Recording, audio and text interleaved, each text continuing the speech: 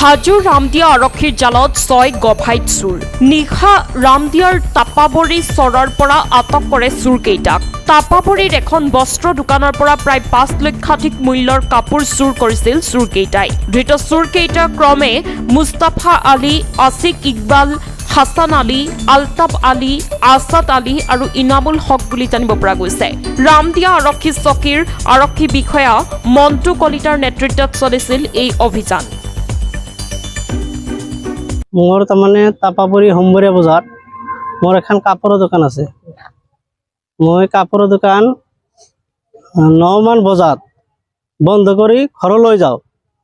ঘৰলৈ যাই পাছত ৰাতিপুৱাই 7 মান বজাত উঠি আহি মই দোকান খোলাৰ সন্মুখত আহি দেখোঁ যে তালাখান আৰু দৰ্জাখান ভাঙা।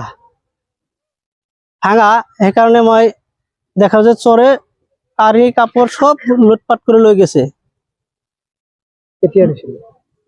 ৰাতি 12 মান বজাত অনুমান 5 লাখ টকাৰ। এতিয়া কাপোৰগিলা মানে তাৰপিছত আৰক্ষী থানাক মই ৰামদিয়া আৰক্ষী থানাক এজাহাৰ এখন দিলোঁ। এজাহাৰ দিয়াৰ পিছত আৰক্ষী তদন্ত কৰি 6 জন চোৰক আটক কৰিবৰ সক্ষম হৈছে।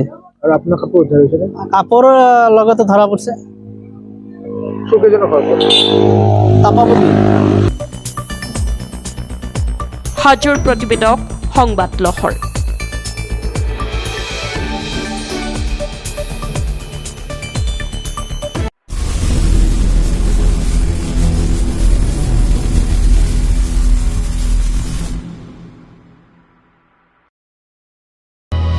অসমবাসী তথা ডিমৰীয়াবাসীৰ বাবে সুখবৰ।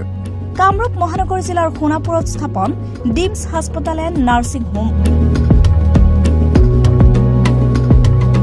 উপলব্ধ বিভাগসমূহ general medicine, gynaecology, general and laparoscopic surgery, orthopaedic surgery, paediatrics and neonatology, palliative medicine, pain clinic, dermatology, ENT, urology, দুৰ্ঘটনা আৰু জৰুৰীকালীন সেৱাৰ বাবে 24 ঘণ্টাই উপলব্ধ ডিমছ হাস্পতাল এণ্ড নাৰ্ছিং হোম।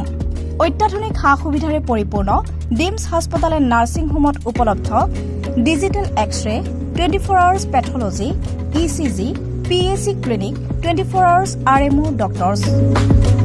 ঠিকনা বৰঘাট, সোণাপুৰ, কামৰূপ মহানগৰ জিলা।